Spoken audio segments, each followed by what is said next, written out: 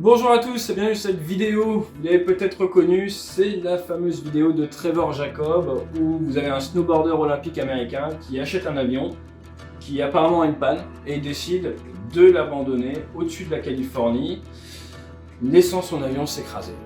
Ça a beaucoup fait parler en Amérique du Nord, il y a une enquête en cours et ce que je vous propose dans cette vidéo, c'est de se demander si l'état d'esprit d'un commandant de bord, c'est ça, ou si il y a d'autres choses à voir, à analyser et à comprendre. Moi, ce que je vous propose, on va arrêter le massacre, hein, on va l'éteindre.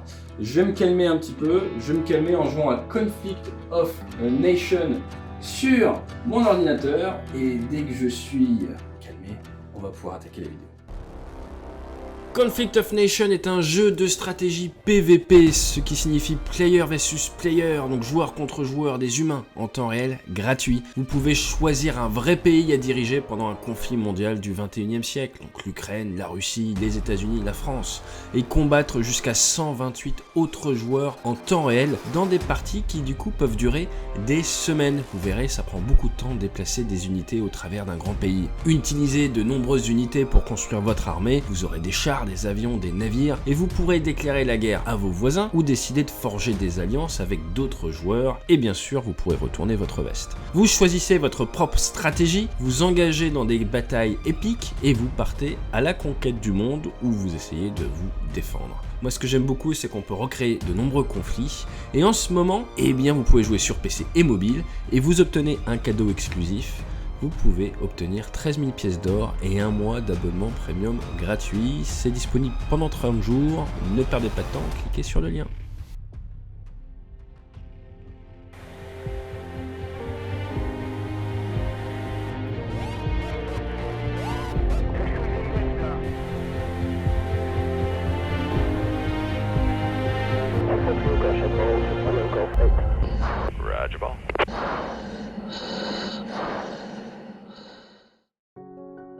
En fin d'année dernière, toute la communauté aéronautique et youtubesque qui s'intéresse à l'aviation a été absolument choquée par la sortie d'une vidéo par Trevor Jacob où il semblerait qu'il crache volontairement un avion qu'il vient d'acheter. Alors, Trevor Jacob, il est né le 6 août 93, il n'a pas 30 ans, il a fait 9e aux Jeux Olympiques de Sochi et il est originaire de Californie, du lac du Mammouth, Mammoth Lake, et sa petite aventure, c'était au-dessus de Los Padres National Forest, un endroit où il y a eu pas mal d'incendies ces derniers temps, et c'est une des choses que pas mal de gens lui reprochent. À peu près un mois avant son accident, il a acheté un Taylorcraft BL-65. C'est un avion, un modèle des années 40, celui-ci en particulier a été fabriqué en 1942. Ça me fait un peu penser à une sorte de Jodel à l'américaine parce que vous avez 65 chevaux et vous êtes sur des masses légères, on est sur du 390 à 680 kg.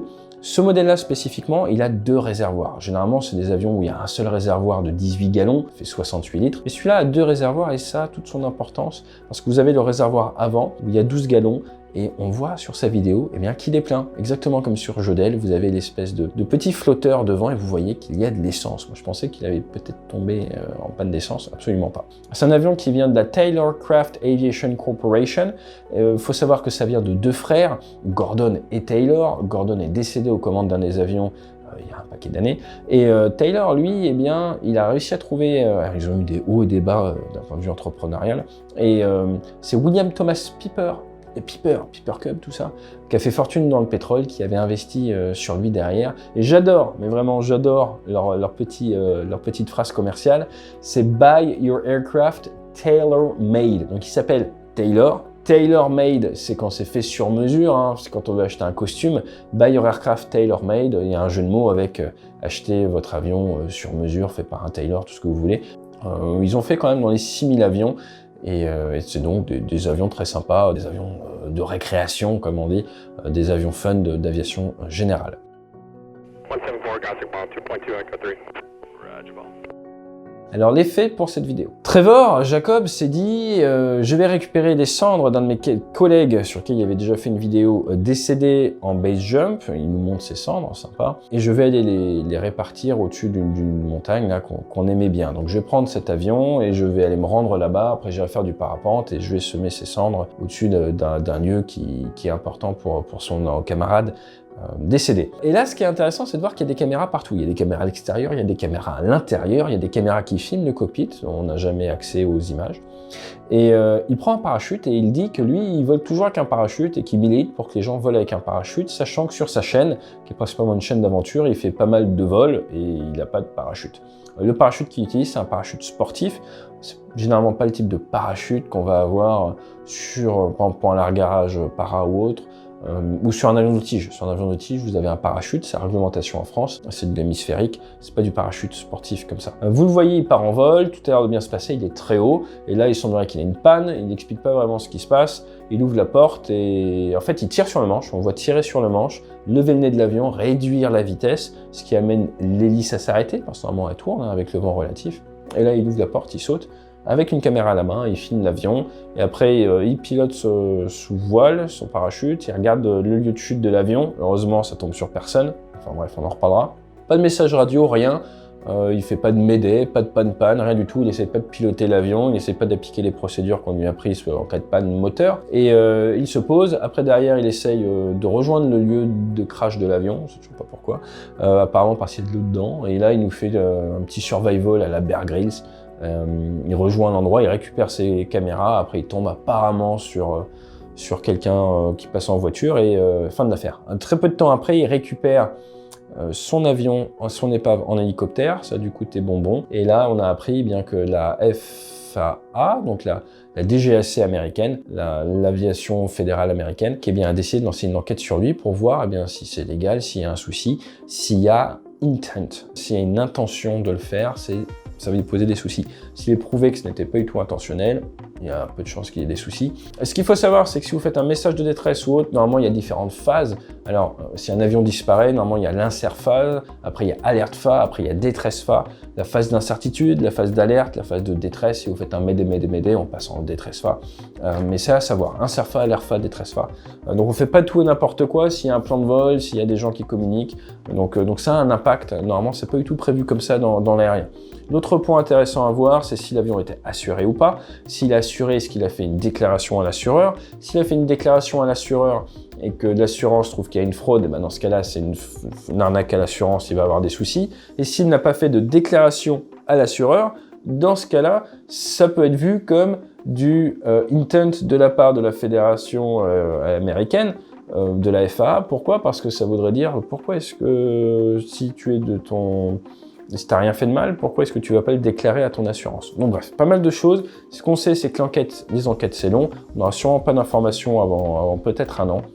Donc il va falloir être patient là-dessus. L'autre petit point d'un point de vue légal et juridique, j'essaie de vous apporter des angles un peu différents que ce qui a pu exister là sur Internet, il est pilote privé apparemment. S'il est pilote privé qui utilise un avion pour faire des stunts, pour faire des cascades, et derrière en plus en tirer de l'argent en monétisant sur YouTube, ça peut être vu comme utilisation commerciale d'un avion. À ce moment-là, il faut être apparemment CPL, Commercial Pilot License, et on est encore une fois dans un souci juridique et légal.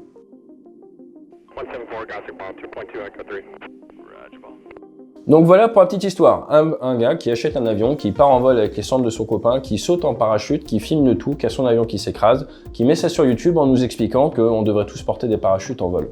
Vous comprenez pourquoi ça fait un petit peu scandale aux US. Alors ce dont moi je voudrais parler, c'est cette notion d'abandon d'avion. J'ai été pilote de chasse, j'ai fait du Rafale, on a du siège éjectable, sur Super Étendard également.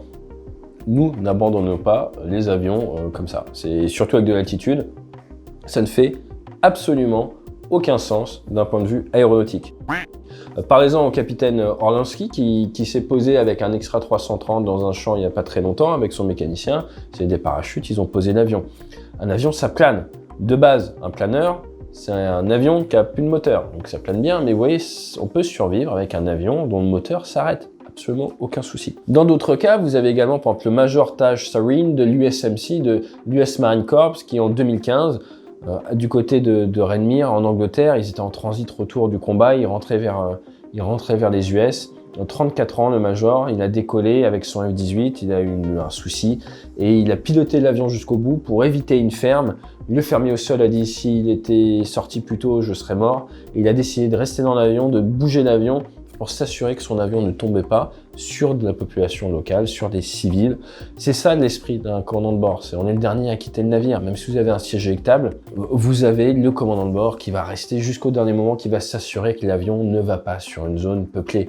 Il y a toujours des exceptions, il y a toujours des cas qui se passent mal, mais l'état d'esprit, c'est ça. Et moi, j'aimerais bien que notre ami Trevor Jacob, il comprenne ça un petit peu, c'est-à-dire qu'ils prennent conscience que, par exemple, le 4 juillet 1989, il s'est passé des choses assez incroyables avec un MiG-23 soviétique qui décolle d'une base en Pologne, la base de Bagiez, et qui est à côté de Kolobrzeg. Alors, je suis désolé pour la manière dont je prononce les mots. L'avion décolle, il aura une sorte de panne de post-combustion. Le pilote, il perd de la puissance. Il a 500 pieds, vecteur vitesse dans les chaussettes, comme on dit. Le bilan énergétique est pas bon. Il décide de s'éjecter. Là, il se passe des choses au niveau du réacteur.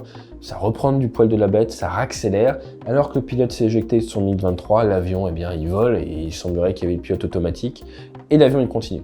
Donc, au niveau des Pays-Bas, il y a 2 F-15 qui décollent, qui l'interceptent parce que l'avion, il est cap, en gros, vers l'ouest. Hein. Il va vers le bloc de l'ouest. Et donc là, il va parcourir quand même dans les 900 km. Au début, il va passer les Pays-Bas, aller vers la mer du Nord, mais après, il va revenir, il va retourner un petit peu, il va aller vers la Belgique. Il va malheureusement s'écraser à 10 km de la frontière française et il va tuer au sol un civil, un jeune de 18 ans qui avait absolument rien demandé. Et ça a forcément créé des tensions entre bloc de l'Est et bloc de l'Ouest. Mais à partir du moment où vous avez un avion, que vous l'abandonnez en vol, eh bien là, le pilote pensait que c'était bon. Dans les procédures, même en tant qu'éjection, en tant que pilote de combat, vous devez mettre la manette sur stop, vous devez mettre plein réduit, vous devez couper le réacteur. Ça, c'est quelque chose, on a bien vu que le pilote de MiG-23 n'a pas fait, on est en 89, on était peut-être sur des procédures un peu différentes. Et l'importance pour laquelle on nous dit, on nous apprend, on nous mécanise à couper le réacteur avant de sortir, c'est ça, si on ne veut pas d'avoir un avion qui continue à voler tout seul. Et il y a eu d'autres cas dans l'histoire de l'aéronautique. Donc, avoir conscience de ça, c'est important. Maintenant, je voudrais insister sur le vol GE 235.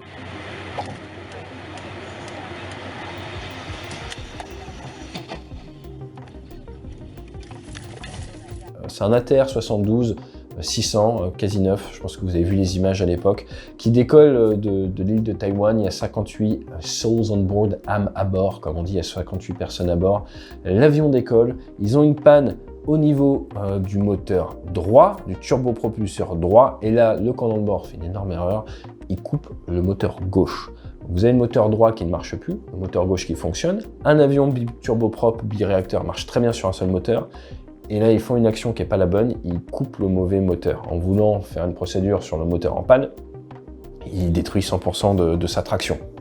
Malheureusement, eh bien là, ça leur pose des soucis, ils redescendent vers le bas, mais le pilote est resté aux commandes jusqu'au bout. Il a essayé de sauver le maximum de personnes. On voit ces images où ils slaloment un petit peu entre les bâtiments, ils essayent d'aller chercher la rivière, ils décrochent un peu avant, ils touchent un taxi avec son aile, et il finit dans la rivière.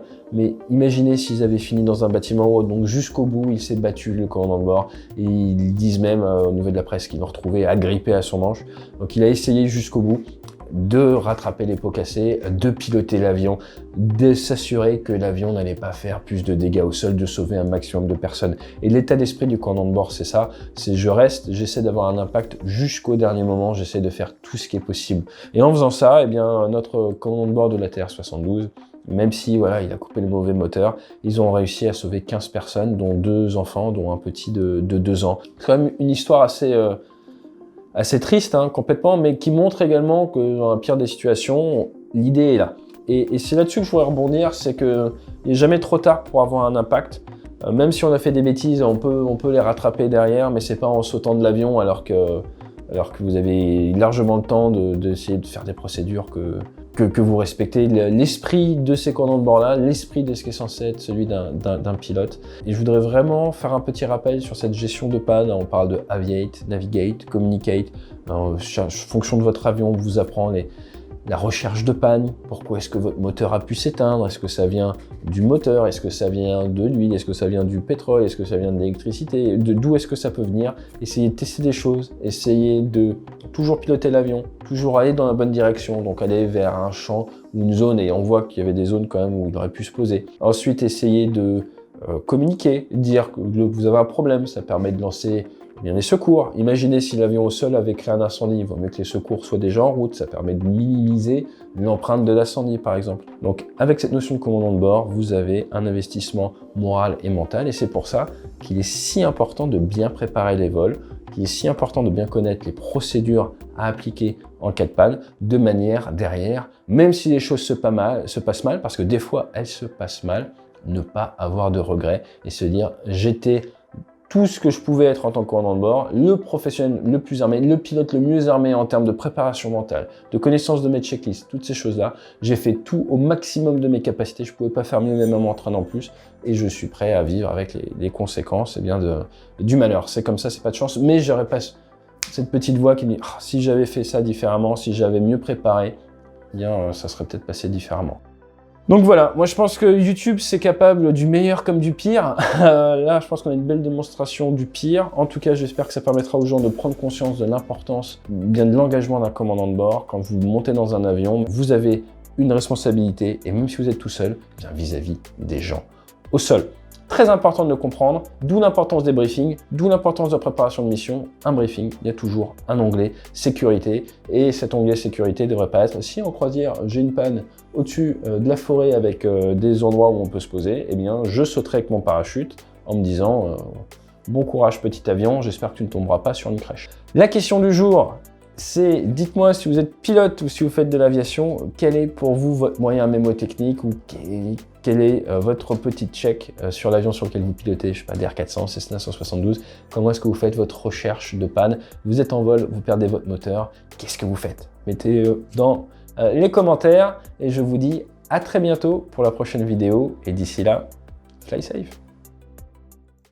Conflict of Nations est un jeu de stratégie PVP en temps réel gratuit qui se déroule pendant un conflit mondial du 21e siècle. Choisissez votre propre stratégie, engagez-vous dans des batailles épiques et partez à la conquête du monde. Vous obtenez un cadeau exclusif, cliquez sur le lien dans la description pour obtenir 13 000 pièces d'or et un mois d'abonnement premium gratuitement. Offre disponible uniquement pendant 30 jours, ne perdez pas de temps.